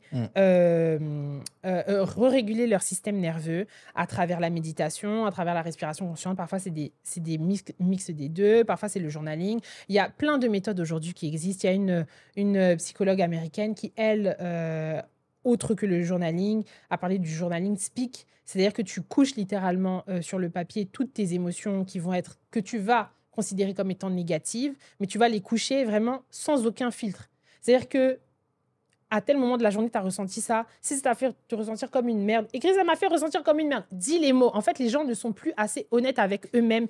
Et parce que justement, ils sont rentrés dans le truc du « je dois »,« il faut »,« je dois ». Tu vois, « il faut »,« je dois », c'est ce qu'on va appeler des opérateurs modaux. Et parce que tu fonctionnes avec ces opérateurs modaux, en fait, tu vas toute ta vie va régir en « il faut »,« je dois ». Or que le « il faut »,« je dois », c'est mettre le triangle dans le cercle, ça ne fonctionne pas. Mettre le carré dans le cercle, ça ne fonctionne pas. Ça ne fonctionne pas. Okay. Bien souvent aussi, la problématique, c'est que les gens ne mettent en lumière et n'identifient qu'une seule manière d'aller à leur objectif. Joe, la vie, ce n'est pas linéaire. Tu vois? Mais encore une fois, les gens qui avancent, c'est les gens qui ont su trouver du confort dans l'inconfort, dans le fait qu'il peut y avoir 100 chemins pour arriver à leur, à leur objectif. Et ils ont accepté le fait que ce soit ça. Oui, mais est-ce que le fait de se dire qu'il y a plusieurs chemins qui mènent à Rome, est-ce que ce n'est pas parfois une fuite en avant, une fuite de l'inconfort, où on change de chemin sans avoir été au bout du chemin? Alors, encore une fois, il faut le changer avec une grande conviction. En fait, si tu le fais juste comme ça, en te laissant driver et en te laissant porter, en fait, tu ne vas jamais arriver à ton objectif. Il faut vraiment avoir une conviction personnelle qui soit forte, de sorte à ce que quand tu sois dans l'itération, en fait, tu n'aies pas de regret. Parce que justement, pour toi, le raccourci, c'est « il s'est passé ça, qu'est-ce que je peux en tirer ?» C'est pas « il s'est passé ça, merde. Ça n'a pas fonctionné encore. » On n'est pas dans ça. Si tu veux vraiment avancer, c'est l'itération et chercher à en sortir à chaque fois des principes et des apprentissages. Si tu ne ressors de rien, donner. Tu vas juste faire ça. À chaque fois, tu vas faire ça. Chemin A, chemin Z, chemin A, chemin Z. Mais ça ne va rien, tu vois. Tu ne vas pas en ressortir gagnant. Et en vrai, de vrai, la vie, on n'est pas médium, ou bien on n'est pas... on n'est pas médium. On n'est pas médium, donc on ne sait pas ce qui nous attend. La seule chose qu'on sait, c'est là où on veut aller. Et pourquoi on veut y aller? Parce qu'on a de très fortes convictions que c'est là où on doit aller. Sur ça, tout le monde est d'accord. Mais le chemin, on ne le connaît pas. Alors, il y a des chemins qu'on arrive à identifier parce qu'on s'est éduqué, on s'est informé, parce qu'on a parlé avec certaines personnes ou quoi, et ça, c'est très bien. Mais il faut aussi garder en tête qu'il y a une zone d'ombre, il y a des zones d'ombre qui existent et il faut leur laisser le champ aussi de pouvoir opérer. Les gens qui avancent, et on a l'impression qu'ils avancent comme sur une autoroute, c'est des gens qui, encore une fois, quand il y a la part d'ombre qui arrive, ils s'asseyent et ils disent « Ok, bon, il s'est passé ça, qu'est-ce qu'on peut en faire? Comment est-ce qu'on le transforme ?» Comment est-ce qu'on le transforme? En vrai de vrai. Mais moi-même, je me suis... Quand je t'ai parlé au début de la maladie, Joe, j'ai ruminé. Ouais. J'ai ruminé pendant... Déjà, le médecin me dit à 23 ou 24 ans, « Madame, vous avez une tumeur. » Je dis « Mais, madame, déjà, à la base, je ne viens même pas pour ça. Mon problème, ce n'était pas au niveau de la tête, c'était à un autre endroit du corps. Je ne comprends pas de quoi vous me parlez. » Franchement, ça a été une période très, très dure. Mais le moment où ça a changé, le moment où ma vie a changé, quand j'ai arrêté de comprendre pourquoi, et 2, quand j'ai cherché à transformer ça. Okay. Maintenant, il y a plusieurs catégories de personnes. Il y a des gens qui sont très croyants et qui vont pouvoir se raccrocher à ça. Et on ne va pas se mentir, ça, c'est la foi, peu importe que tu aies foi en quoi, il y a des gens qui ont foi en l'univers, qui ont foi peu importe la religion, la foi de manière générale, si tu te raccroches à ça, tu vas pouvoir avancer plus facilement. Mais justement, toi, à cette époque-là, tu avais une autre carrière, selon ce que j'ai compris. Moi, j'attendais mon CDI, j'avais souffert. mais qu'est-ce que tu as fait? En fait, ce qui s'est passé, c'est que... donc, on me l'a annoncé sur la fin de mes études. Ce n'était pas le plan du tout. Moi, mon plan était déjà préétabli. Ça faisait déjà un certain nombre d'années que j'avais bossé, que j'étais fatiguée, j'étais vraiment usée.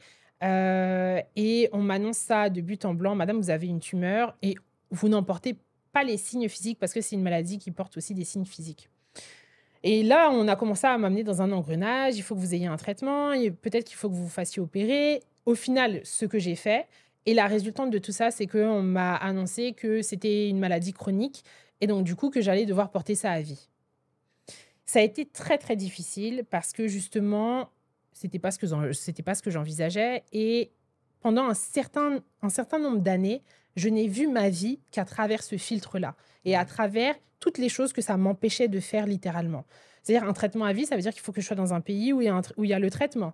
Ça veut dire des frais médicaux assez lourds, oui. de manière mensuelle. En plus, au tout début, moi, mon traitement, c'était je me piquais tous les jours.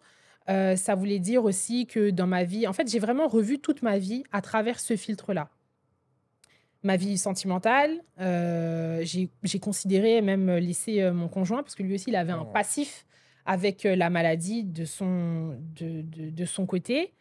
J'ai reconsidéré ma vie professionnelle, j'ai reconsidéré mes liens, mes liens amicaux, parce que c'est pas tout le monde qui comprend pourquoi est-ce que tu n'es plus à même de pouvoir être là tout le temps et quoi qu'est-ce. Donc, ça m'a vraiment fait tout reconsidérer à la dure. Les choses ont vraiment changé quand j'ai arrêté de tout voir à travers ça. Et que je me suis dit, en fait, cette épreuve-là, en fait, elle a toqué à ma porte. La seule chose que je fais là, c'est que je garde la porte fermée. Alors qu'elle ne vient que de toquer, elle vient de toquer à chaque fois. Donc, en vrai de vrai, quand les choses commencent à se gâter dans votre propre vie, ouvrez la porte, faites-la asseoir dans le sofa, venez, on discute. Bon, maintenant que tu es là, qu'est-ce qu'on fait? En vrai de vrai. Parce que je ne peux pas t'ignorer. Je t'ai ignoré pendant tout ce temps-là, mais je peux pas t'ignorer. Le déni n'est pas une option. Tu vois? Le déni, c'est vraiment ça. Le déni n'est pas une option. Donc, qu'est-ce qu'on fait?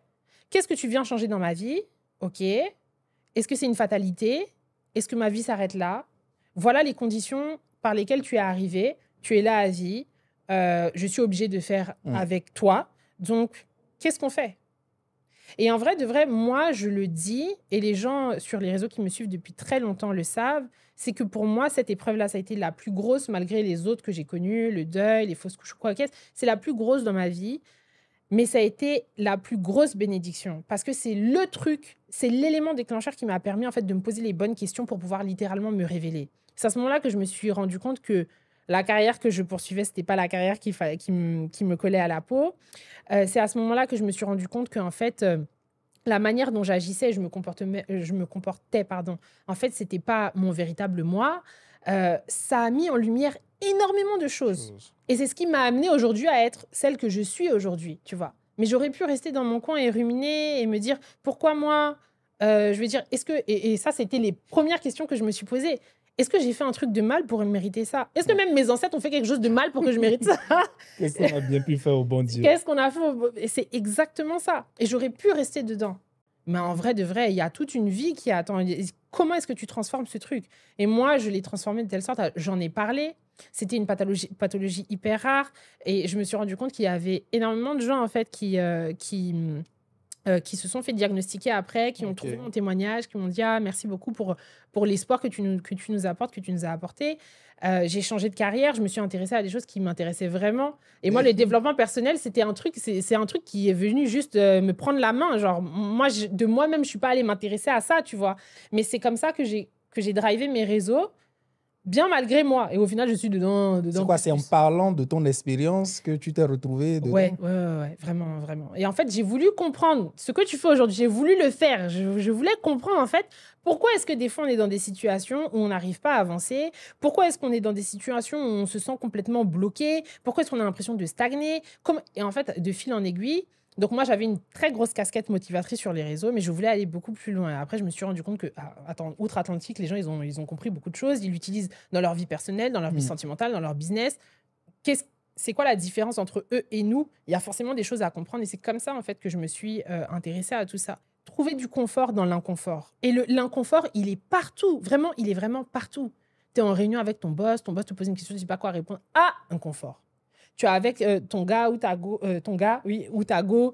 vous êtes dans une situation où vous ne vous comprenez pas. Ah, inconfort. Tu as deux solutions. Soit tu bottes en touche et tu ne lui fais que des reproches, soit tu t'assois et vous essayez de comprendre les choses. Et toi, ton accompagnement aujourd'hui, ça consiste en quoi? Alors, il est vraiment divers. Tu vois, je vais pouvoir accompagner des individus, tant sur leur vie personnelle, parce qu'ils sentent vraiment qu'ils manquent de clarté. En fait, moi, j'ai beaucoup de clientes qui me disent, moi, je manque de confiance en moi. J'ai dit, OK, bon, raconte-moi. Parce que moi, je sais que c'est pas la confiance en toi. Raconte-moi. Et elle me raconte, je dis, mais c'est pas un manque de confiance en toi. Je peux te ressortir 15, 20, 100 exemples dans ta vie où, en fait, qui prouvent que tu as confiance en toi. Parfois, tu manques, en fait, d'estime de toi-même. Donc ça, la confiance, l'estime, c'est totalement différent. Et ce dont les gens souffrent aujourd'hui, c'est souvent le manque de clarté. Et ils souffrent de ce manque de clarté-là parce qu'ils ne savent pas où est-ce qu'ils veulent aller, ils pensent savoir, ou alors ils ont des petites bribes, mais ils n'arrivent pas à mettre le doigt dessus. Il y a des protocoles qui sont hyper simples pour pouvoir t'amener à identifier ça, identifier là où tu aimerais véritablement être. Ça, c'est une première étape. La deuxième étape, c'est viens, on met des actions derrière pour pouvoir t'amener à ça. Ça, c'est vraiment l'aspect individuel. Comment est-ce que tu fais? Comment est-ce qu'on fait pour pouvoir avancer avec plus de clarté dans sa vie? Après, il y a les professionnels aussi qui ont besoin justement d'un petit remontant, d'un petit boost pour pouvoir atteindre un niveau auquel ils aimeraient véritablement être parce qu'ils se sont spécialisés dans une expertise, dans une compétence ou quoi au caisse. Ils ont envie d'être connus et reconnus pour cette expertise-là. Et on va venir travailler effectivement ta posture. On va venir travailler justement un peu plus de clarté sur ce que tu aimerais renvoyer envers les gens. Et on va aussi venir travailler un peu tout le back-office. Et ce que tu fais de manière automatique et qui te dessert plus qu'il ne te sert parce que justement, tu es rentré dans un extrême et qu'il n'y a plus de notion d'équilibre. On travaille aussi pas mal les ancrages parce que les ancrages te permettent de te mettre dans un état interne très rapidement, beaucoup plus rapidement de manière même inconsciente, plus que de te poser et de te dire « Attends, il faut que je sois déterminée, il faut que je sois... Donc, on travaille aussi là-dessus. Il y a un protocole que j'aime beaucoup et qui fonctionne très bien sur les gens. C'est aller chercher dans ton passé. En fait, il y a un état que tu traînes qui te fait stagner à aujourd'hui, mais tu ne sais pas mettre le doigt de manière consciente sur l'événement qui t'a amené à te conduire comme ça. Et donc, du coup, on fait un petit voyage dans le passé et on vient visiter ton toi d'avant sur différentes périodes, différentes temporalités. Et souvent, il y a des choses qui ressortent. Les gens, en fait, se rendent même pas compte parce que justement, encore une fois, c'est dans le back-office. Moi, je me souviens quand j'ai fait cet exercice-là, je me suis dit ah bon? J'étais à milieu de me dire que la situation que j'avais vécue à cette période-là, en fait, c'était un truc qui allait alimenter mon futur, tu vois, sur un ressenti qui me bloquait totalement. Et parfois, il y a des choses qu'on retient, qui nous retiennent littéralement. Tu vois, on parle souvent de se sentir... de sentir des chaînes un peu comme invisibles. Des chaînes invisibles. Il y a des choses qui te font ressentir comme ça parce que c'était 1 ou 2 événements dans ta vie, mais tu n'as pas réglé le problème dessus. Et comme tu ne prends pas le temps de le faire, parce que forcément, c'est très inconfortable d'en parler à quelqu'un ou juste de t'asseoir et de chercher à comprendre, et ben, en fait, tu traînes le truc. Mais c'est important de régler ces choses-là, tant sur ses pensées que sur ses croyances, parce qu'il y a des choses qui nous appartiennent, mais il y a beaucoup de choses qui ne nous appartiennent pas ou qui ne nous appartiennent plus. Et ça, je le dis souvent dans le cercle familial, parce que nos parents, notre cercle familial, nous transmet des valeurs, nous transmet des croyances, nous transmet des choses que eux, qui ont été très bonnes pour eux. Et c'est avec beaucoup de bienveillance qu'ils le font pour nous. Mais il y a des choses aussi dans notre évolution qui nous font nous rendre compte que on a évolué sur ces points-là et il est temps justement de laisser de côté ça. Et c'est pas mal, ça ne veut pas dire que tu renies ta famille, que tu renies tes parents. C'est juste une manière de t'honorer. Et encore une fois, c'est notre responsabilité de prendre les choses en main parce que personne ne va le faire pour nous. Parce que si on ne le fait pas, en fait, c'est comme ça que tu te retrouves à regretter des choses. Tu te dis... Et puis après, tu as ce discours-là envers tes enfants de dire « Oui, il faut y aller, il faut croire en ses rêves. Joe, toi-même, tu n'es pas assis avec tes rêves. Tu n'as pas fait le travail nécessaire pour aller poursuivre tes rêves. Tu ne peux pas dire à tes enfants de faire quelque chose que toi-même, tu n'as pas fait. » Tu vois? Ouais. Au-delà même de l'aspect transmission, des choses que les parents ont voulu pour nous et tout, il y a même ce que soi-même, on s'est voulu pour soi à un moment. Totalement. Et dont on ne s'est pas réservé le droit de changer d'avis. Parce que faire ça, c'est accepter le fait que tu t'es trompé. Et se dire ça, c'est totalement inconfortable. Ça veut dire que si tu t'es trompé sur ça, potentiellement, tu t'es trompé sur autre chose. Mais tu ne veux pas l'admettre. Donc, tu restes dans la situation dans laquelle tu es. Ouais. Alors que les gens qui vont avancer, c'est justement des gens qui vont... En fait, le point n'est pas de se dire que tu t'es trompé. Le point est de te dire que ce que tu as fait jusqu'à maintenant t'a servi et t'a permis d'atteindre la situation dans laquelle tu es aujourd'hui et d'être la personne que tu es aujourd'hui. Et c'est justement parce que tu as eu ça et que tu l'as traîné jusqu'à maintenant que tu es à même de dire ça ne me sert plus, donc je m'en débarrasse et je prends autre chose pour pouvoir avancer. Tu vois ? En fait, c'est qu'une question de perspective. En effet. C'est qu'une question de perspective. En effet. Mais il y a toujours un discours, il y a toujours une vérité qui nous arrange plus qu'une autre. Parce qu'encore une fois, on a des besoins cachés. La personne qui va se dire « Ah, mais si je m'arrête et que, en vrai de vrai, je me dis que je me suis trompée », ça veut dire quoi ?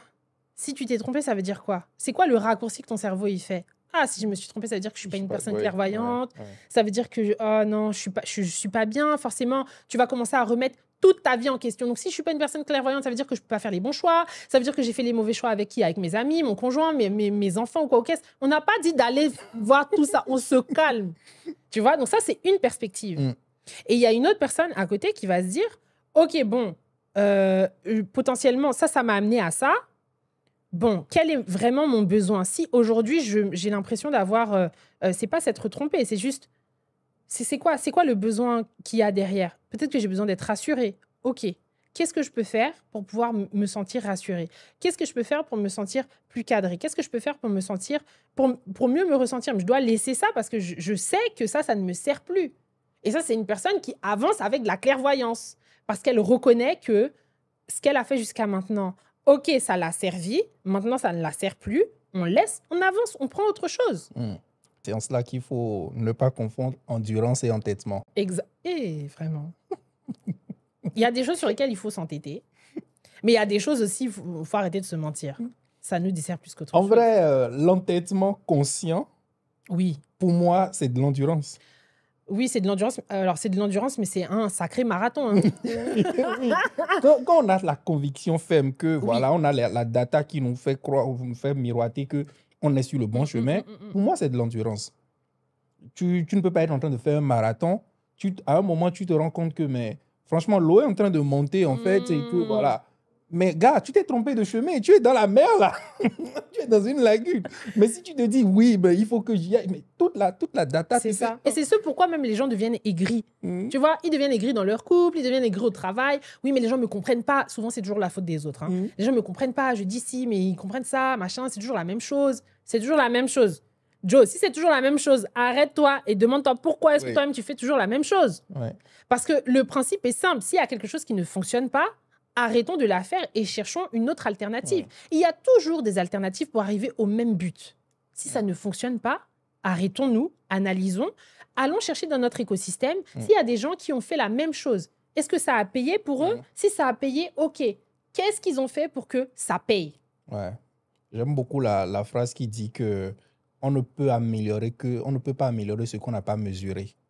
Donc, il faut faire attention, il faut noter, quand tu parles de journaling, voilà. C'est hyper important. Voilà. Le journaling, c'est vraiment sous-coté. Hein. Alors qu'en fait, il y a un vrai pouvoir dans le fait de poser ces mots littéralement, parce que ça permet à ton mental, en fait, juste de se décharger. Et on ne te demande pas de passer 1 heure à faire du journaling. Tu peux prendre 5 minutes à la fin de ta journée et juste écrire, il s'est passé ça, bon, ça m'a fait ressentir ça, il s'est passé ci, 5 minutes par jour, c'est quoi ? 5 minutes par jour. 5 minutes par jour. C'est 5 minutes en moins de Instagram, de LinkedIn, de TikTok, de télé, de Netflix, de 5 minutes. La perspective dont tu parlais tout à l'heure. C'est toujours... La vie, c'est qu'une question de perspective. Mais par contre, il faut vraiment avoir les différentes perspectives sans être dans le déni et sans s'auto-convaincre de quelque chose qui ne nous convient plus. Moi, j'ai envie de demander ton mot de fin, mais il y a quelque chose qui m'intéresse. Je pense que ça va intéresser les gens parce qu'ils ont entendu parler de ça. On va l'aborder brièvement. Tu parlais de neuromarketing. Ouais. Ça consiste à quoi? Alors, par exemple, neuromarketing, j'aime trop ça. Oui. Neuromarketing, d'ailleurs, j'accompagne aussi quelques marques aussi sur le neuromarketing. Neuromarketing, c'est hyper intéressant parce que, en fait, c'est le fait de comprendre comment le cerveau de tes clients ou de tes cibles fonctionne pour pouvoir mieux adresser un message. Alors, il y a des gens qui vont dire, oui, mais ça, c'est de la manipulation. Nous tous, on manipule. J'aime dire que ce qui est intéressant dans le jeu de manipulation, on ne sait jamais qui manipule qui. Mais tu sais, avant la fin. En vrai de vrai, tu sais, le mot manipuler a pris une connotation hyper négative et péjorative. Alors qu'en vrai, si tu retournes à l'étymologie, manipuler, ça veut juste dire prendre en main. C'est ça. Est-ce qu'il y a quelque chose de mal dans le fait de prendre en main? On manipule tous au quotidien. Ouais. C'est-à-dire que tu t'es fâché avec ton gars ou ta go, ton mari ou ta femme. Le fait de choisir de mettre fin au dialogue maintenant et de réaborder le sujet autour d'un dîner au restaurant, c'est de la manipulation. En effet. Mais c'est une sagesse que de dire je ne vais pas botter en touche maintenant, je vais chercher un terrain neutre, un terrain neutre pour pouvoir réaborder le sujet. Est-ce que c'est mal? Non. Est-ce que ça va vous faire avancer? Oui. Donc, c'est encore une fois une notion d'équilibre. Il y a des gens qui vont manipuler à l'extrême et malheureusement, tu n'en tires rien de bon. Mais le terme même manipuler, c'est le fait de prendre en main sa vie, prendre en main sa communication, prendre en main le dialogue. Ça, c'est la première chose. La deuxième chose, le nombre d'entrepreneurs aujourd'hui a complètement explosé. Oui. Pour que ton business puisse fonctionner, il y a deux choses. Il y a un livre qui est très, très intéressant sur ce sujet-là, qui a été écrit par Daniel Kahneman. Ça s'appelle « Système 1, Système 2 ». Okay. Dans le neuromarketing, le principe est simple.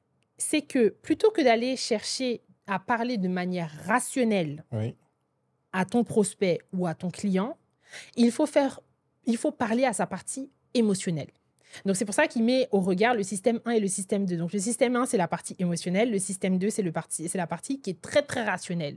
C'est ce pourquoi Apple, quand, par exemple, ils ont sorti les premiers iPods ou même là, avec les iPhones, au lieu de vous dire, oui, dans les pubs, là, au lieu de vous dire, oui, tu vas avoir 1 Tera, est-ce que même c'est 1 Tera, ou 1 giga, 10 gigas, 100 gigas ou quoi, ok. 100 gigas, là, est-ce qu'on sait ce que c'est? En effet. C'est ceux qui connaissent qui vont connaître. Mais à côté de ça, ils vont plutôt te dire « Ayez 5000 musiques dans votre poche. » Le premier iPod, en effet, ouais. Tu te souviens? C'est ça. Donc, 5000 musiques dans votre poche, toi, en fait, ça va juste parler à la partie de ton cerveau imagé. Ça que je voilà. Et là, tu vas commencer à te dire « Ah, mais si je suis dans la rue, je peux écouter ça. Si à un moment, j'ai envie d'écouter ça, je pourrais écouter ça. » En vrai, de vrai, tu ne vas jamais écouter 5000 musiques. Ouais. Mais c'est le fait de te vendre la possibilité de le faire. Le bénéfice et non... Exactement. Et il y a un autre biais, par exemple, il y a un autre biais cognitif qui est assez intéressant en neuromarketing, c'est l'aversion à la perte. Oui. C'est-à-dire que les gens, plutôt que de chercher à gagner, ils vont préférer ne pas perdre ce qu'ils ont. Ouais. Et ça, c'est un biais cognitif que les marques utilisent énormément. Donc, en vrai de vrai, tu vois, la partie neurosciences, elle est utilisée par tous et dans tout, et surtout dans le business. Et c'est hyper important de pouvoir s'y intéresser. Tu vois, même pour sa culture. Quand tu vas sur un site Internet qui est très bien fait, qui a été très bien copyrighté, ils ont fait appel à la neuroscience. Ouais. Parce qu'ils savent que quand ils vont mettre un tel message ici, d'une certaine manière, prendre une telle appellation, ça va plus impacter la personne qui est sur le site Internet. Les couleurs, tout ça, ça rentre dans ça. Ouais. Vraiment, merci. Merci. Je pense qu'on a fait un grand tour d'horizon. J'espère que ça va profiter. En tout cas, moi, ça me profite énormément. C'est vrai, bon. De bonnes notes. Je vais réécouter. Je ne sais pas si tu as un mot de fin. Un mot de fin? Oui. Et si possible, si tu as une ressource à partager et même donner où est-ce qu'on peut te joindre. On va mettre ça aussi. Ok, avec plaisir. Alors, moi, on me joint du coup principalement sur Instagram. Mon Instagram, c'est Mamykat, MAMY-KAT. Je suis disponible aussi sur LinkedIn, Kathleen Aumercier. Ouais. Et puis, un mot de fin, je dirais qu'il n'y a rien de préétabli. Il n'y a rien de préétabli, mais il en est de votre responsabilité que de prendre les propres rênes de votre vie. Et ça ne veut pas dire aller envers et contre tout pour votre objectif. Ça veut surtout dire comprendre l'instant présent et comprendre que c'est en traitant l'instant présent que vous pourrez mieux avancer. Prise de responsabilité, perspective, parce qu'il y a toujours une manière de voir les choses et c'est ce pourquoi même à une même situation, quand il y a plusieurs personnes, on ne va pas prendre la situation de la même manière, donc perspective. Et le dernier mot de la fin, c'est que le cerveau est modifiable à souhait. Et après, en termes de ressources, c'est une bonne question. Ça peut être aussi de te suivre. Ouais, allez-y. D'ailleurs, bientôt, je sors une formation justement à ce sujet-là qui sera sur 3 volets. Le premier volet, justement, aller déterrer un peu les cadavres ou comprendre en fait pourquoi est-ce qu'on est dans le chaos actuel dans lequel on est. La deuxième chose, c'est de mettre en place justement des méthodes et des choses pour pouvoir pallier à ça. Et la troisième chose, c'est identifier vraiment là où on veut pour pouvoir laisser de côté justement ce manque de clarté. Super. Donc ça sort bientôt. Et ça, c'est très important. Moi, je sais que ça a fait une grande différence parce qu'à partir du moment où tu te comprends toi, et où tu mets des vrais jalons et des vrais mots là où tu veux aller, en fait, ça fait vraiment toute la différence. Raison de plus pour te suivre, pour ne pas manquer ça. De toute façon, nous, on va mettre tes coordonnées Merci beaucoup. En description et sur la vidéo. Je voudrais te remercier pour ta présence, ta lumière, de nous avoir éclairé sur plein de choses qui, personnellement, me semblaient confuses. Merci vraiment pour ta disponibilité et ta générosité dans le partage. Avec plaisir, merci à toi. J'espère que pour toi qui nous as suivis, ça a été un bon moment d'apprentissage et que ça aura permis de trouver 2-3 petites leçons, 2-3 petits éléments. Kathleen le disait, il faut commencer à mettre en pratique dès aujourd'hui au moins une chose qu'on peut faire et puis porte-toi bien et on se dit rendez-vous dans un prochain épisode. Allez, wake up, champ.